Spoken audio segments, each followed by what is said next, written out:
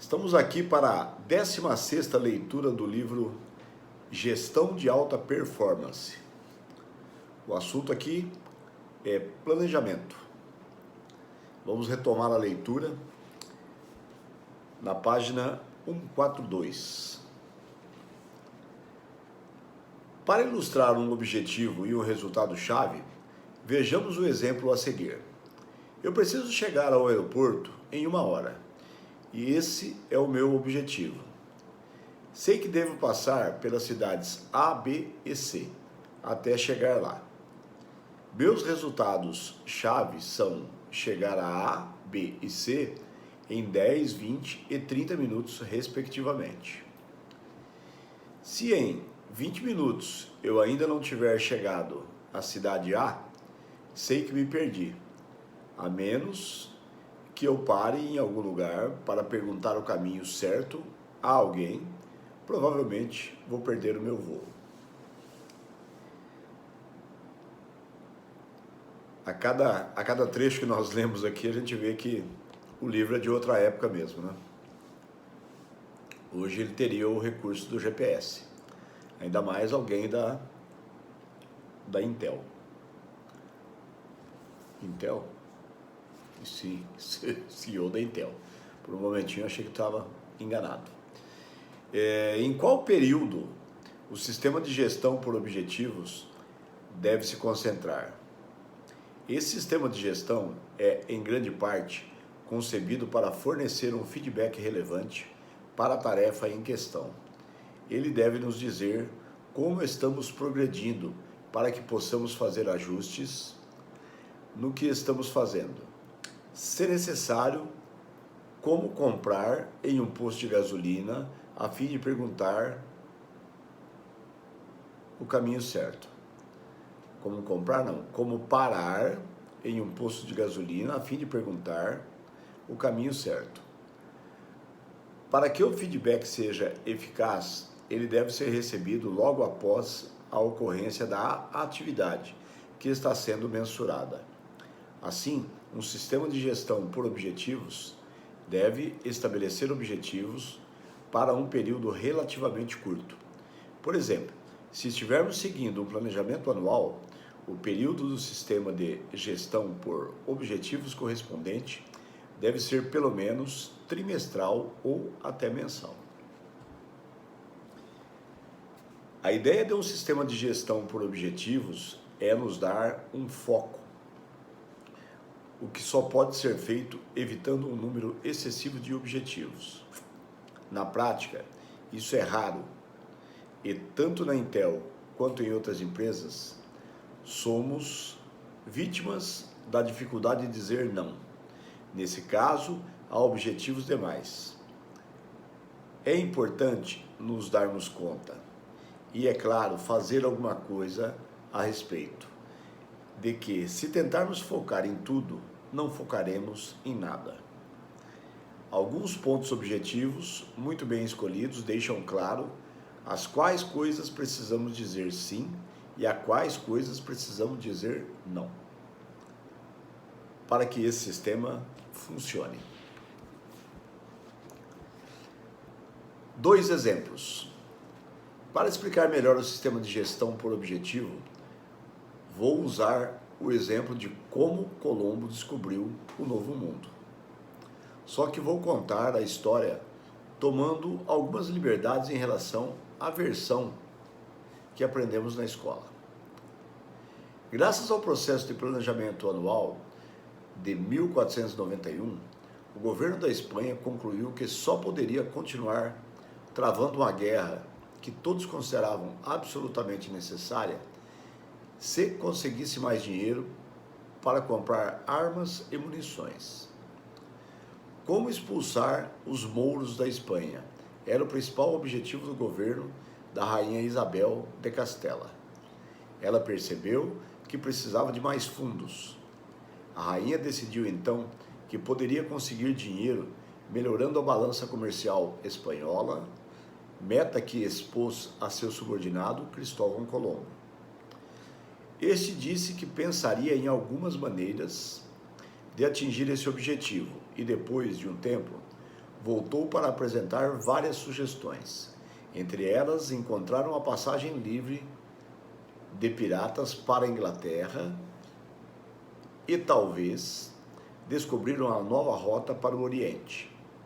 Isabel e Colombo conversaram abertamente sobre a questão e chegaram à decisão clara de que ele procuraria uma nova rota para o Oriente. Uma vez tomada a decisão, Colombo começou a pensar em todos os itens necessários para fazer isso. Em termos da gestão por objetivos, a rainha definiu seu próprio objetivo: aumentar a riqueza da Espanha.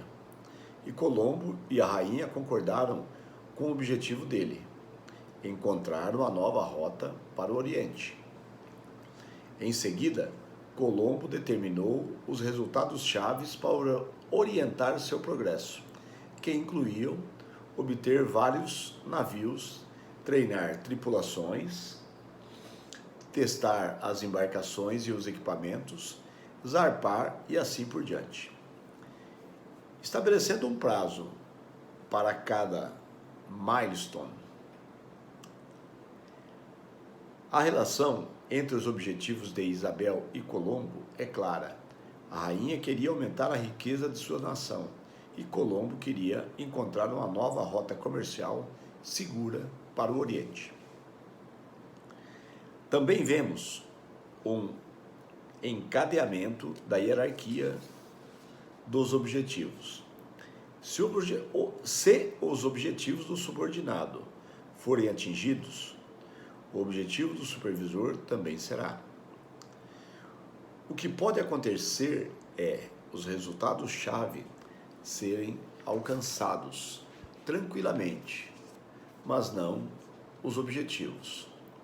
Para Colombo, foi relativamente fácil atingir o resultado-chave, mas todo mundo sabe que ele não encontrou uma nova rota comercial para a China e, portanto, deixou de atingir o seu objetivo. Será que Colombo teve um bom desempenho, apesar de ter falhado em termos de gestão por objetivos? Ele descobriu o Novo Mundo, que foi uma fonte de riqueza incalculável para a Espanha. Desse modo, é perfeitamente possível que um subordinado tenha um bom desempenho e seja bem avaliado, apesar de não ter conseguido atingir o seu objetivo especificado. A ideia do sistema de gestão por objetivos é controlar o avanço da pessoa, dando a ela uma medida para que possa avaliar a própria performance. Não estamos falando aqui de um documento formal usado para fazer a avaliação de desempenho do subordinado, mas de uma fonte a mais de informações para verificar como ele ou ela está se saindo.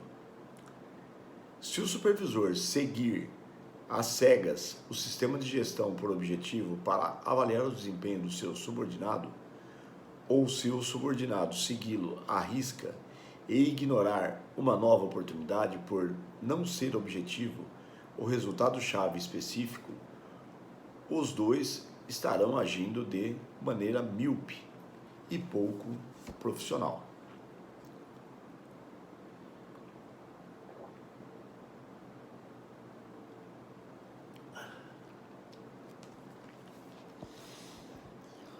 Agora, vamos ilustrar o funcionamento do sistema de gestão por objetivos usando a decisão sobre a expansão da fábrica da Intel nas Filipinas. O diretor de construção no leste asiático tinha o seguinte objetivo: obter uma decisão sobre a expansão da fábrica nas Filipinas. Os resultados-chave para atingir o objetivo eram: conduzir o estudo da disponibilidade de terrenos próximos à fábrica existente e em outros locais aceitáveis até junho. 2. Fazer análises financeiras mostrando os prós e os contras entre os custos do terreno e os custos de construção, bem como os custos operacionais referentes aos dois locais. 3. Apresentar os resultados ao comitê responsável por decidir a localização das novas instalações e obter uma decisão deles. 4. Obter a aprovação de Grove até outubro. Todos os resultados-chave foram atingidos, bem como o objetivo. Observe que o prazo do objetivo é relativamente curto e os resultados-chave são específicos. São tão específicos que o subordinado tem como saber com bastante certeza se os atingiu ou não e se cumpriu ou não o prazo. Um bom resultado-chave deve ser especificado com clareza e ter prazos claros, sem deixar margem de dúvida. Como você deve ter imaginado, o supervisor do diretor de construção no leste asiático tinha o seguinte objetivo: garantir que todos os projetos de expansão da fábrica sejam concluídos no prazo. Para atingir esse objetivo, ele também tinha um resultado-chave parecido com o objetivo de seu subordinado, que dizia: obter uma decisão sobre a expansão da fábrica nas Filipinas até outubro. Espero ter conseguido demonstrar os paralelos entre a atuação do governo de Isabel de Castela e o trabalho da Intel. Os objetivos de um gestor são atingidos por meio de resultados-chave relevantes. Esses objetivos são vinculados aos objetivos de seu supervisor, de modo que, se o gestor atinge os seus objetivos, o supervisor também atinge os seus. Mas o sistema de gestão por objetivos não pode ser decidido aleatoriamente por um computador. O sistema requer discernimento e bom senso para definir a hierarquia de objetivos e os resultados-chave necessários para atingi-los. Você também terá de usar a sua capacidade de discernimento e bom senso para aplicar esse sistema em sua rotina de trabalho. Página 145, final do capítulo 6, se eu não me engano.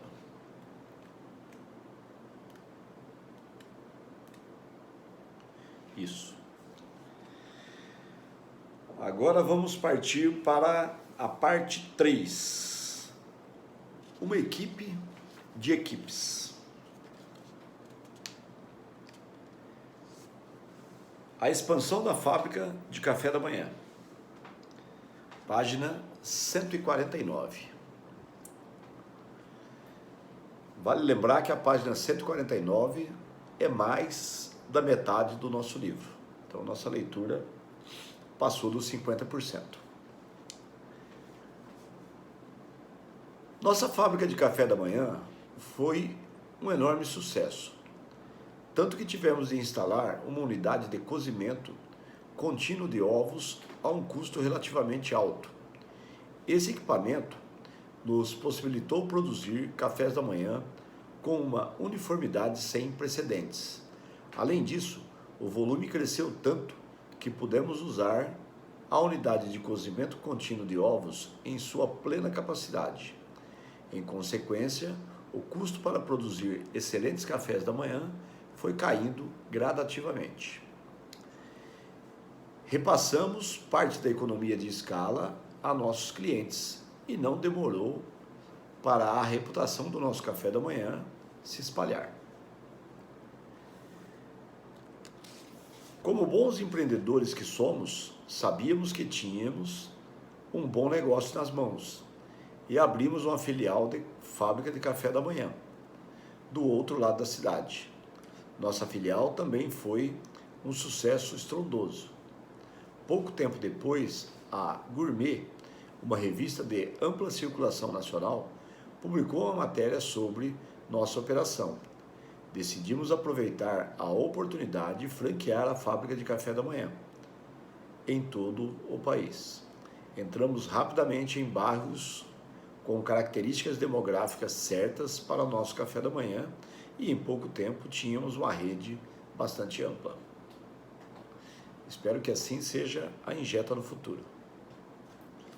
Consigamos ter um processo tão afinado internamente que consigamos repassar isso para nossos clientes e melhorar as condições para a nossa equipe, com aumentos de salário e benefícios. No entanto, logo descobrimos que a operação da rede exigia um conjunto de tarefas e habilidades bem diferentes das necessárias para administrar o primeiro café da manhã. O mais importante era descobrir como usar as vantagens de ter um empresário local abrindo e administrando cada franquia sem perder a enorme economia de escala que tínhamos à disposição. Como o gestor local conhece bem seu bairro, ele tem como adaptar sua operação de acordo com o lugar e, se tudo der certo, alavancar ao máximo os lucros de sua franquia, ao mesmo tempo com mais de 100 fábricas de café da manhã. Nosso poder de compra passou a ser imenso. Se centralizássemos determinadas atividades, teríamos condições de fazer diversas coisas com muito mais eficácia e a um custo muito mais baixo do que nossas franquias poderiam fazer individualmente. E ainda mais importante, com a qualidade de nossos cafés da manhã, havia impulsionado tanto o nosso sucesso até agora, era importante manter o padrão de uma refeição e de um atendimento excelente. Em outras palavras, não poderíamos permitir que uma franquia da fábrica comprometesse o sucesso do negócio como um todo. Com efeito, a dicotomia centralização-descentralização envolve tantos aspectos de nosso negócio que se tornou uma das questões mais importantes da gestão dessa rede. Por exemplo, é melhor anunciar em âmbito local ou nacional? Seria interessante dar ao gestor local controle sobre a publicidade à sua comunidade? Não sabemos quem lê o jornal do bairro, mas ele deve saber. Faz sentido lhe dar a liberdade de contratar e demitir pessoal? Deveríamos deixá-lo definir a faixa salarial ou seria melhor impor salários para todos os restaurantes? Esta última opção não faz muito sentido, considerando que as condições de mercado de trabalho variam muito de uma região para outra. Mas queremos centralizar a compra do nosso sofisticado maquinário automatizado. Afinal, levamos muito tempo para encontrar fornecedores adequados e para afinar a capacidade de testar as máquinas recebidas a fim de atender às nossas exigências. Hoje, temos um número considerável de pessoas dedicadas a essa tarefa em Chicago e não faz muito sentido duplicar o trabalho em cada filial ou até em cada região. Mas não acho que deveríamos comprar todos os nossos ovos em Chicago. Os ovos precisariam ser frescos e não seria interessante ter de transportar essa mercadoria delicada por todo o país. Também não queremos que cada filial monte a própria operação de inspeção de ovos. Nesse caso, faz sentido chegar a um tipo de meio termo como centros regionais de compra de ovos. Nesse caso, faz sentido chegar a um tipo de meio termo como centro regionais de compra de ovos, a cada um a poucas horas de transporte para todas as franquias da região, querendo estabelecer padrões uniformes e de alta qualidade para todas as franquias e monitoraremos cada uma delas a fim de garantir que esses padrões sejam respeitados. Em outras palavras, sem dúvida queremos impor padrões nacionais de controle de qualidade.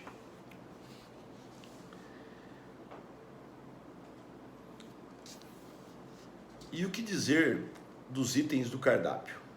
Em geral, queremos manter o mesmo cardápio básico em todas as franquias. As pessoas que vão à fábrica de café da manhã esperam contar com algumas opções básicas, mas também devemos reconhecer as preferências regionais, de modo que as franquias individuais precisam ter alguma liberdade nesse sentido. E, quanto aos imóveis, devemos permitir que nossas unidades de fábrica de café da manhã sejam abertas em qualquer edifício disponível localmente?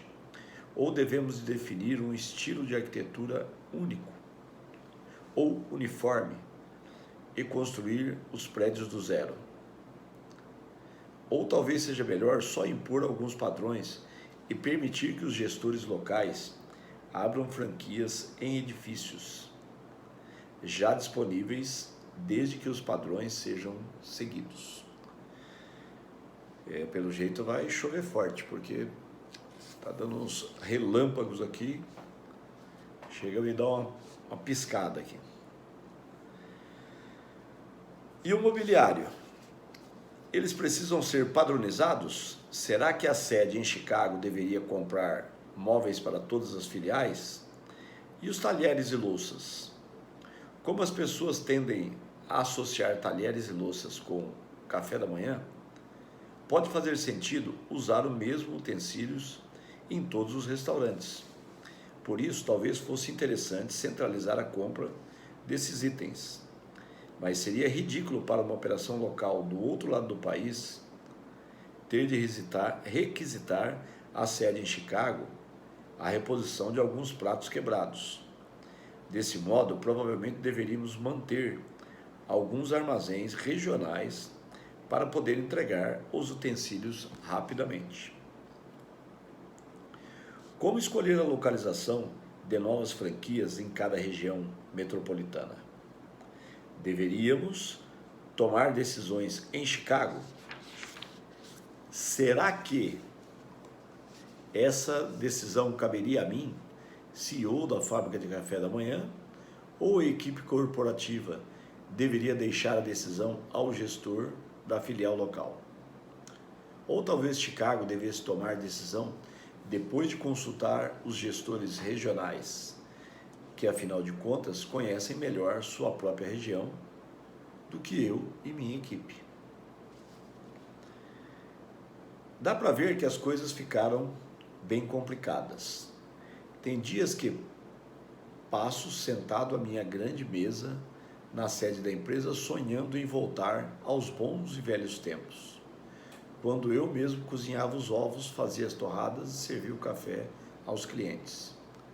Ou pelo menos voltar à época em que eu geria apenas uma fábrica de café da manhã, sabia o nome de todo mundo e podia tomar todas as decisões sem ter que ponderar uma montanha de prós e contras. Nossa equipe era bem enxuta na época. Hoje temos um gerente de RH, também temos um gerente de logística que quer comprar um sistema informatizado para otimizar o fluxo de ovos dos centros regionais para as franquias. E diz que pode reduzir os custos de transporte e garantir a entrega no mesmo dia. Ele também afirma que, se tivesse esse sistema, poderia manter o estoque de talheres e prato no nível mais baixo possível. Em pouco tempo, precisaremos de um gerente corporativo para aquisições de imóveis. Ficou tudo muito complicado. Como já falamos anteriormente, a gestão é um trabalho em equipe. Em outras palavras, o output de um gestor é o output das unidades organizacionais sobre sua supervisão ou influência. Agora vemos que a gestão não só é um trabalho de equipe, mas um trabalho para o qual temos de montar uma equipe de equipes, com várias equipes individuais trabalhando em sintonia para ajudar umas às outras. Muito bem. Aqui ele comenta que tem um dos gerentes aqui que quer um sistema informatizado para poder melhorar o processo dele e garantir algumas entregas.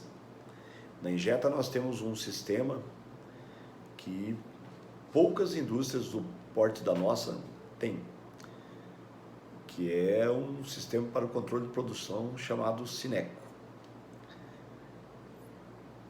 Cabe a nós encontrarmos a melhor maneira de usar essa ferramenta e tirar todo o proveito que a gente pode dela.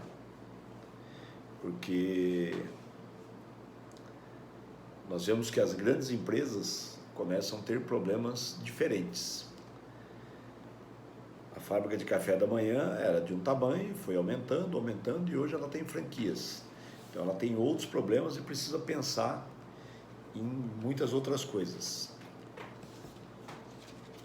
Nós também, se quisermos crescer, quisermos ter outras unidades e ter um processo muito mais elaborado, temos que fazer uso das nossas ferramentas e também da nossa inteligência para usá-los. Chegamos à página 152 e voltaremos no capítulo 8,